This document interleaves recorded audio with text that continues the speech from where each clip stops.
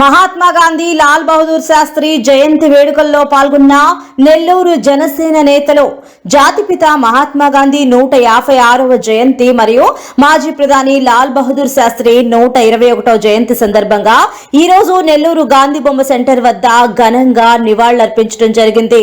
జనసేన నాయకులు నూనె మల్లికార్జున యాదవ్, గునుకుల కిషోర్ తో పాటు పలువురు కార్యకర్తలు పాల్గొని పూలమాలలు సమర్పించారు.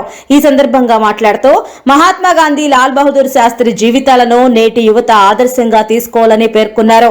నెల్లూరు నగరంలోని పలు ప్రాంతాల్లోనూ భక్తి శ్రద్ధలతో జయంతి వేడుకలు జరిగాయి. చెడుపై మంచి సాధించిన విజయదశమి అయితే హింసపై అహింస సాధించిన విజయానికి నాంది ఈరోజు గాంధీ జయంతి కావడం విశేషంగా చెప్పుకోవచ్చు. అందరికీ అమ్మవారి కృపా కటాక్షాలు చల్లగా ఉంటూ మన హక్కుల కోసం శాంతియుత మార్గాల్లో ముందుకు నడవాలని గాంధీ శాస్త్ర సూచనలను పాటించాలని కోరుకుంటున్నాను. ఈ రోజున సత్యం అహింస ఆయుధాలుగా బానిస సంఖ్యలలో మగ్గుతున్న భారతావనికి విముక్తి కలిగించిన బాపూజీ జయంతి సందర్భంగా వారి ఆశయాల్ని వాళ్ళ స్ఫూర్తిని ముందుకి నడిపించాలి. గ్రామ స్వరాజ్యం కావాలన్నారు, స్వదేశీ వస్తువులను ప్రోత్సహించమన్నారు.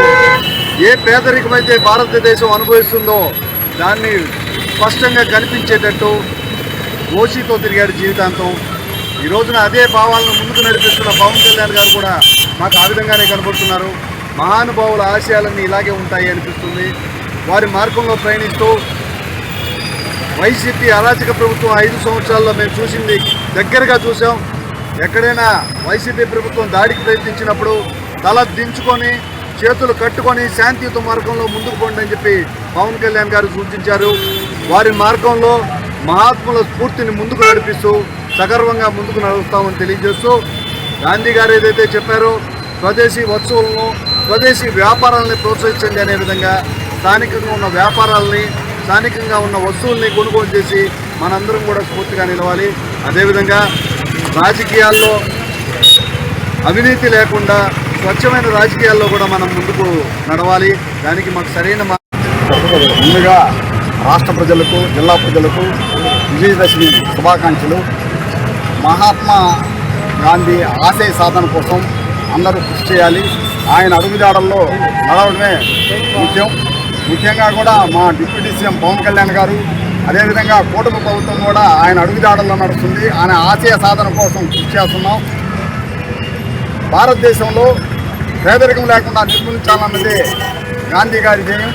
అలాంటి ఆయన మన భారతదేశానికి త్యాగమూర్తి మహాత్మా గాంధీ గారు. ఆయన త్యాగం వల్లే ఈరోజు భారతదేశంలో ప్రజలందరూ కూడా సుభిష్టంగా ఉన్నారు. ఆయన చేసిన సేవల్ని అందరూ గుర్తుంచుకొని మనం అందరం ముందుకెళ్ళాలి.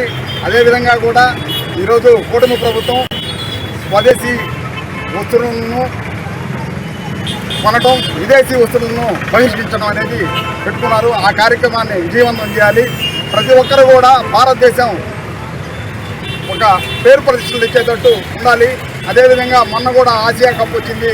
భారత్లో తిలక్ వర్మ గారు ఒక చరిత్ర సృష్టించాడు. అలాంటి యువకులు భారతదేశంలో ఉన్నారు. ఆ భారతదేశానికి మనం అందరం ముద్దు పెట్టడం. జై భారత్, జై జనసేన, జై పవన్ కళ్యాణ్ గారు.